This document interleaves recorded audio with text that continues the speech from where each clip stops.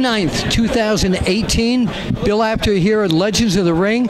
And I was doing an interview, and there's this guy behind the camera waving to me, and we haven't seen each other in like 20, 25 years. Oh, at least Scott 25 Casey. years. Yeah. Wow. Bill, Wow, you look great. Thank you, sir. I feel good. I work out and chase the girls, and Still that life keeps is us good. young. Hey, that's what makes you young. Don't tell my wife that, by the way. Please don't do that. No, I've been living down in St. Petersburg, Florida, and I like it down there. The weather agrees with my old joints and stuff, and I just, work out and have a good time. So when did you decide that's it, out of in-ring competition? It's kind of funny you should say that, because I was working for Vince up in the WWF. Yes.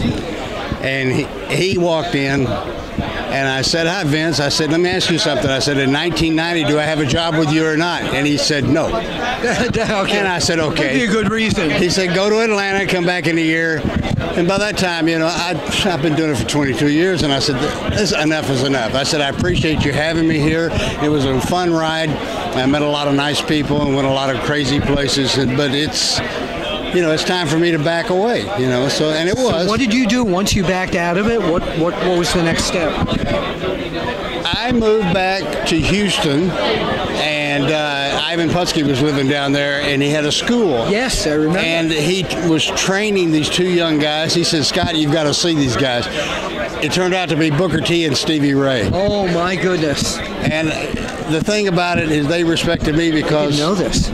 Yeah, the thing about them was they respected me because, not like all the other guys, I told the truth. I told them exactly what would happen and how it was going to happen and probably when it was going to happen.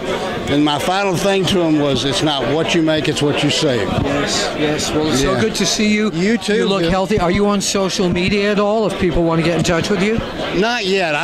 People keep saying you need to get on Facebook or Twitter and stuff like that, but I'm an old dinosaur. I don't know for sure whether I want to do that or not and keep up with it, but I'm thinking about it. Before we leave today, I want to get your phone number. We'll stay in touch. We will do that. I also wanted to ask you, during the best times of your career, best times of your life, who are some of the opponents that gave you your best tests in the ring?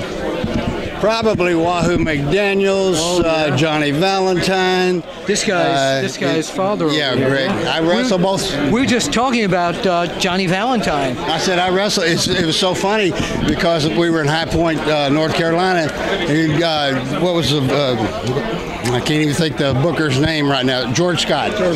He said, "Scott, do you know John Valentine?" I said, "No." And he grabbed me in the back. He says, "Fight for your life." He pushed me out. I went, "Oh shit!" That was your father. He was what they call a shooter when you got. Well, I found out. I read it in a book somewhere. It was kind of like being sadomasochistic. He loved to get hit. Yeah.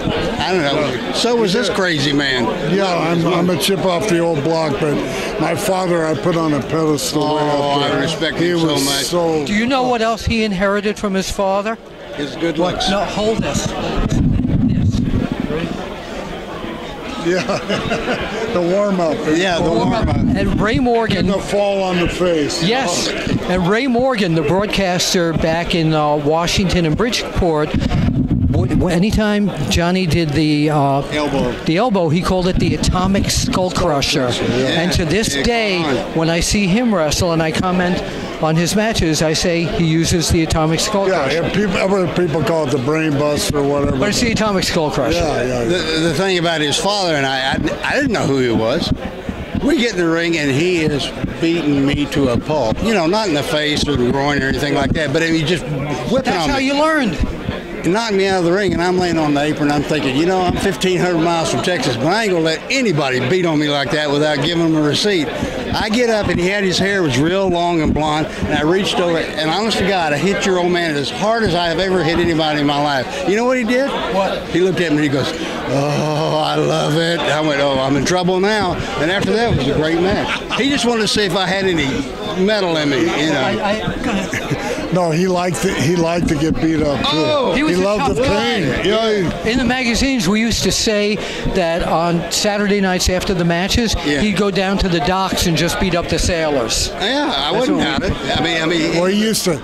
He used to take this oil and mustard and put in the squirt guns, and you'd shoot that on yourself and you'd burn. He'd go down and hit the sailors in the ass and the crotch. I never knew that. I never knew that. So it's based on We had a lot of just. time on our hands, didn't Well, we? thank you both. Thank you for sharing, for coming into that. And Scott, it's just great to see you again, and always a pleasure to see Greg Valentine. We'll see you at the matches.